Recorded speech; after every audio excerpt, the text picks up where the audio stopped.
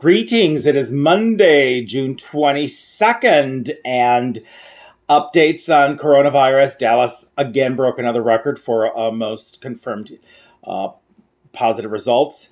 The statistics have shifted in our county.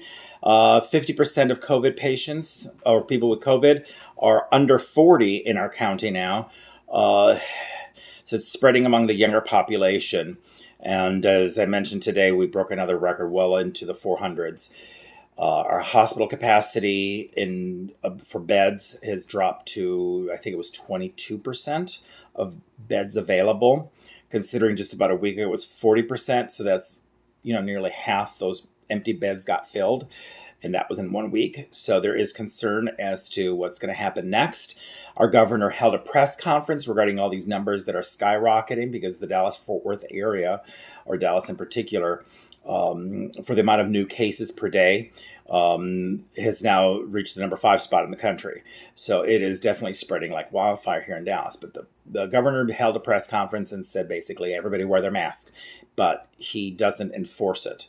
So Dallas came up with the solution of forcing businesses to require people to wear masks in the businesses, so the business would be fined. But the governor is saying everybody should wear a mask, but he doesn't impose penalties if people are not wearing them. In fact, he overruled any rules that had people requiring to wear masks that we had in Dallas County. That's why we came up with this roundabout solution. He stated that he will only close down businesses as a last resort. Even though, as I say, capacity is filling up in Dallas, capacity is filling up in Houston. They've had a huge spike in San Antonio. So I guess it's until we reach the stage where people are being turned away at the hospital, then that's when we're going to take action, maybe. It seems like after the fact, it should be done before we reach those numbers, but our governor is determined to wait till we get there before he starts thinking about what to do. So let's go ahead and have a wildfire happen before we try to douse the flames instead of trying to contain the smaller fire.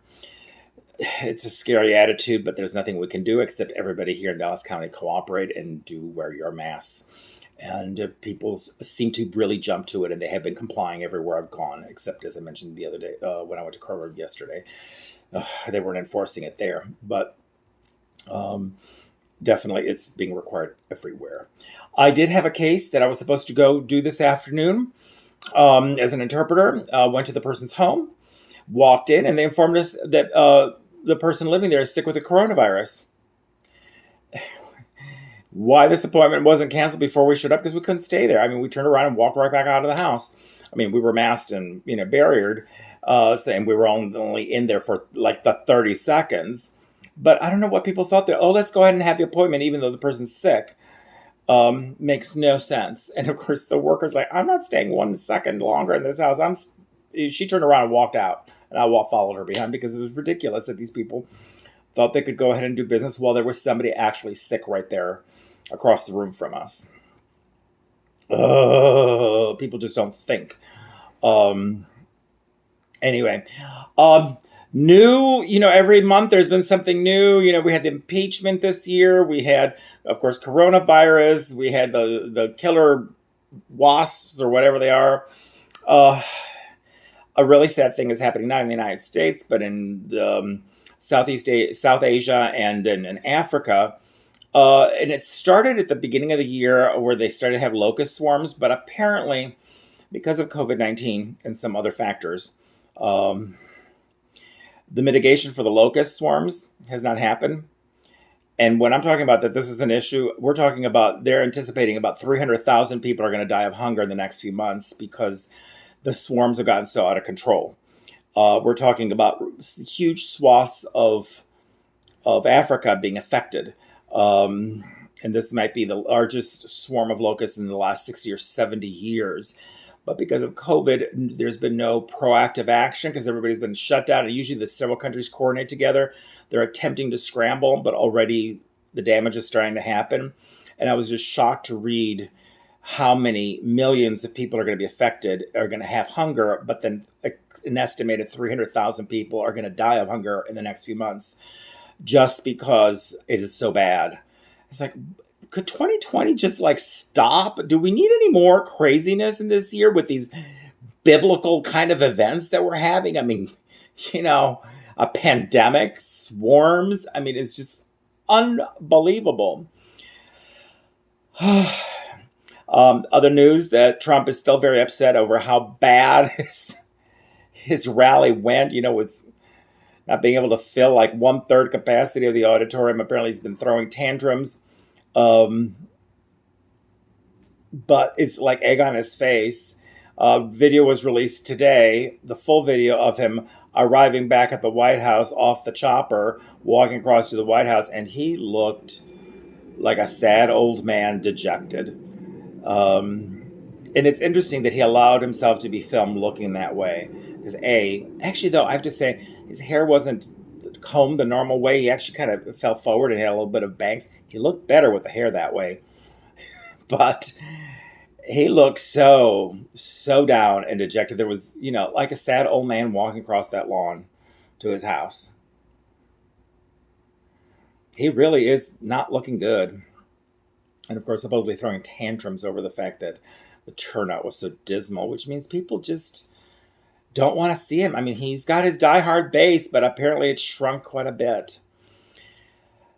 I have one interesting thought that I wanted to bring up too regarding, this is Pride Month.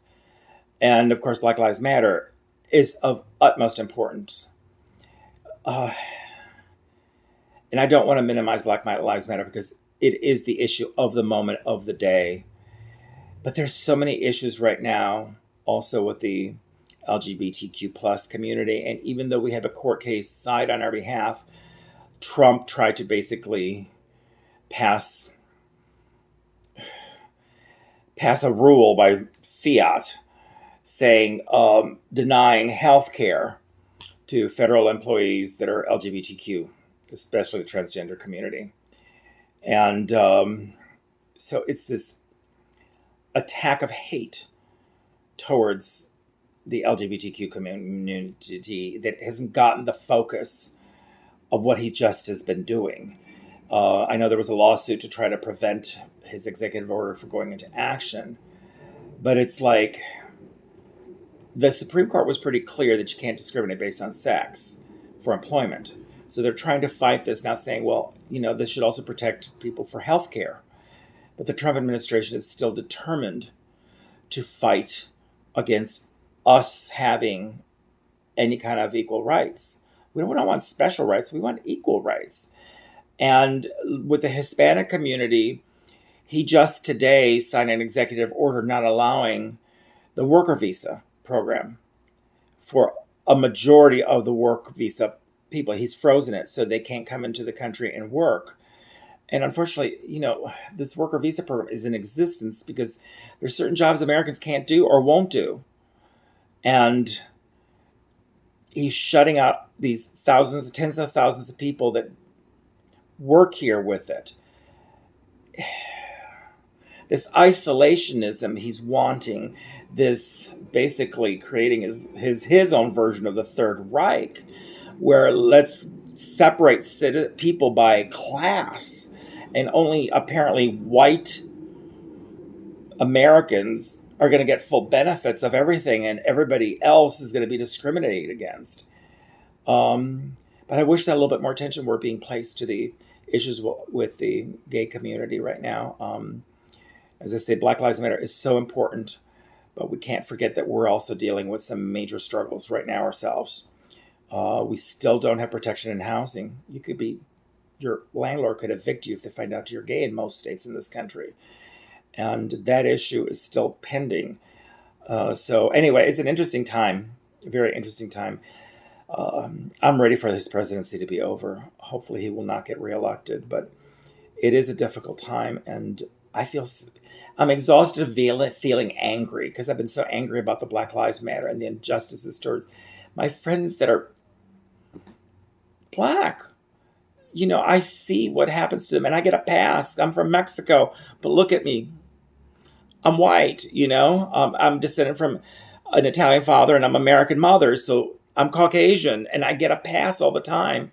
But as I said, I didn't grow up in this country. So coming to this country and seeing this disparity of treatment is just heartbreaking, and I'm mad about it, and I'm tired of being mad about it. Those are my thoughts for today. I'm going to have a chilled evening, play with the dog who's laying behind me here. So please like, subscribe, and share this video if you want to. And ring the notification bell so that you can be notified every time I post a new video. I'm going to post a special video later on in the month for Gay Pride.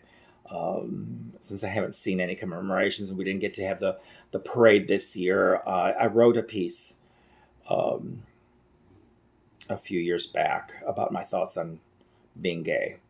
And I'm going to record it and post it as one of my daily vlogs. So look forward to seeing that coming up. All right. You have a good evening. If you watch this tonight or if you watch it tomorrow during the day, good morning or good afternoon. Wear your mask.